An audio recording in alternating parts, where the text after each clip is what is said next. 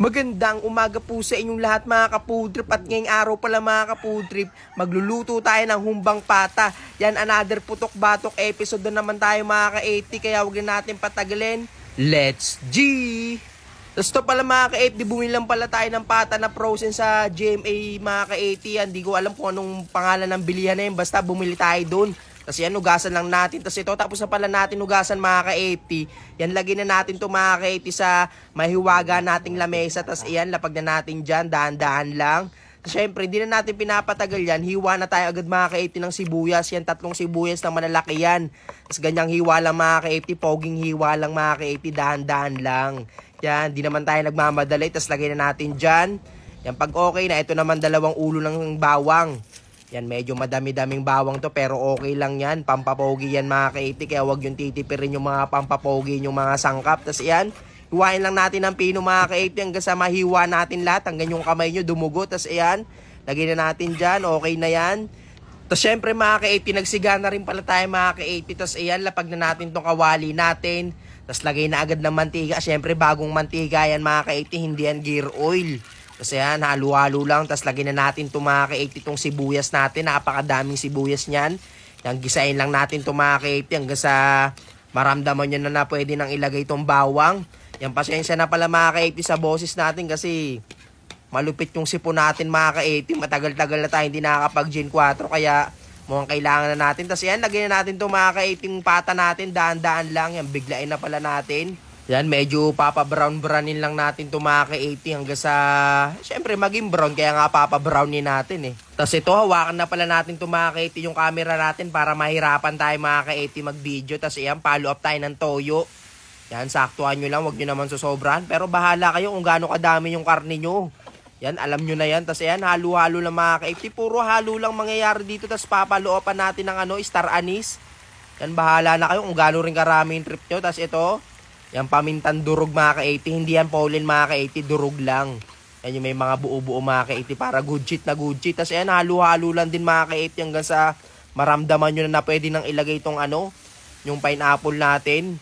Yan yung magpapasarap dyan mga ka-80, yung pineapple. Tsaka yan yung mga ka-80 yung magka-counter ng high blood mga ka-80, yung pineapple. Siyempre pagka yan, siyempre taba-taba yan. May yan may pata yan eh.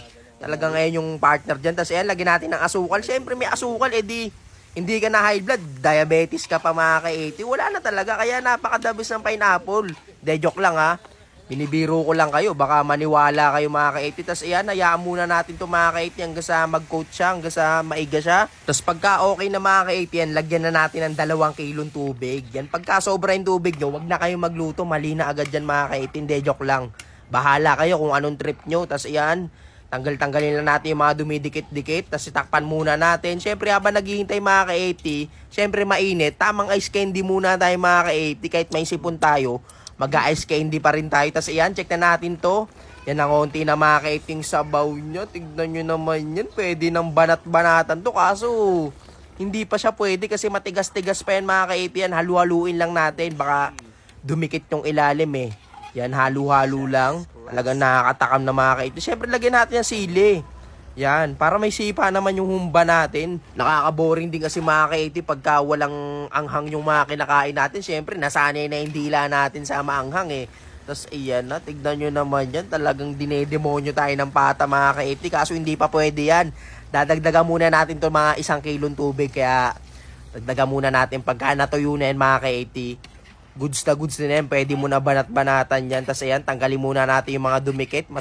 Masarap yan mga ka-80, kaya tanggalin natin yan.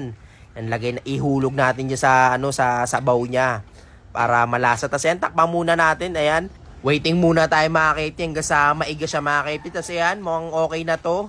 Yan, buksan na natin. Tignan nyo naman yan. Talagang napakabisa na ng itsura niyan. Tapos ayan, lagyan natin ng suka. Tapos wag nyo haluin mga ka-80 ha. Wag nyo haluin. Sabi ng matatanda. Basta wag nyo haluin. Tapos ayan, takpa muna natin. Mga ka-80 ha, malapit na tumaluto. Tapos yan. Mukhang uulan pa. Sana wag naman.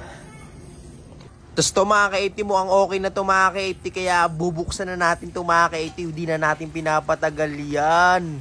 Tapos ayan na. Tapos ayan, halu-haluin muna natin. Baka dumikit sa ilalim mga ka-80. Mahirap na.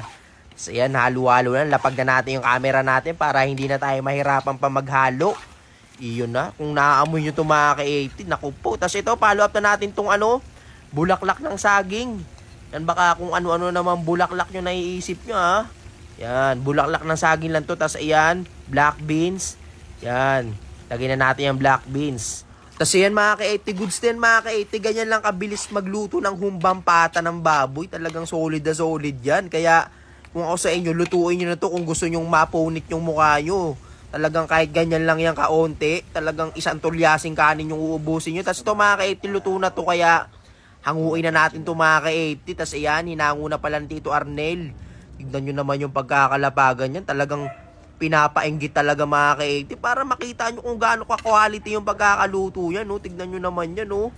Tapos lalapagan mo pa ng ganyan. Tapos iyampay talaga. Ay ako. Parang February 14 lang mga ka-80. Tapos ayan na sila Tito. Tamang pwestuhan na. Tapos ayan lapag na natin ito mga ka-80. Siyempre, kuha muna tayo ng kanin mga ka-80. Tapos ito may nakuha na tayong kanin. Yan, di na natin ito pinapatagal mga ka-80. Talagang kukunin na natin itong pang February 14. Tignan nyo naman yan, napakalaki ng butas, oh. Tapos ayan na, nagji-jiggle-jiggle pa. Tapos ayan, banatan na natin yan.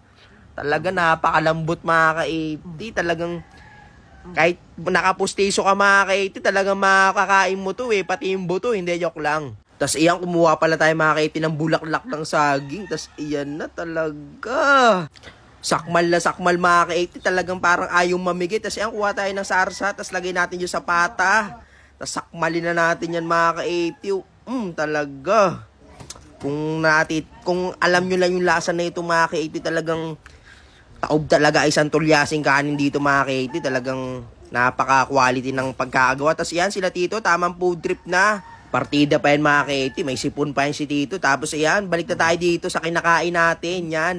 Bastusin na natin ito mga ka-80 hanggang sa maubos na. Tapos ayan, buto na lang mga ka-80 yung natira. Oh. Tapos ito naman sila Tito Bal tsaka si Tito Jojo. Talagang tamang banat na mga ka-80. Siyempre babanat din tayo mga ka-80. Hindi pwedeng sila lang.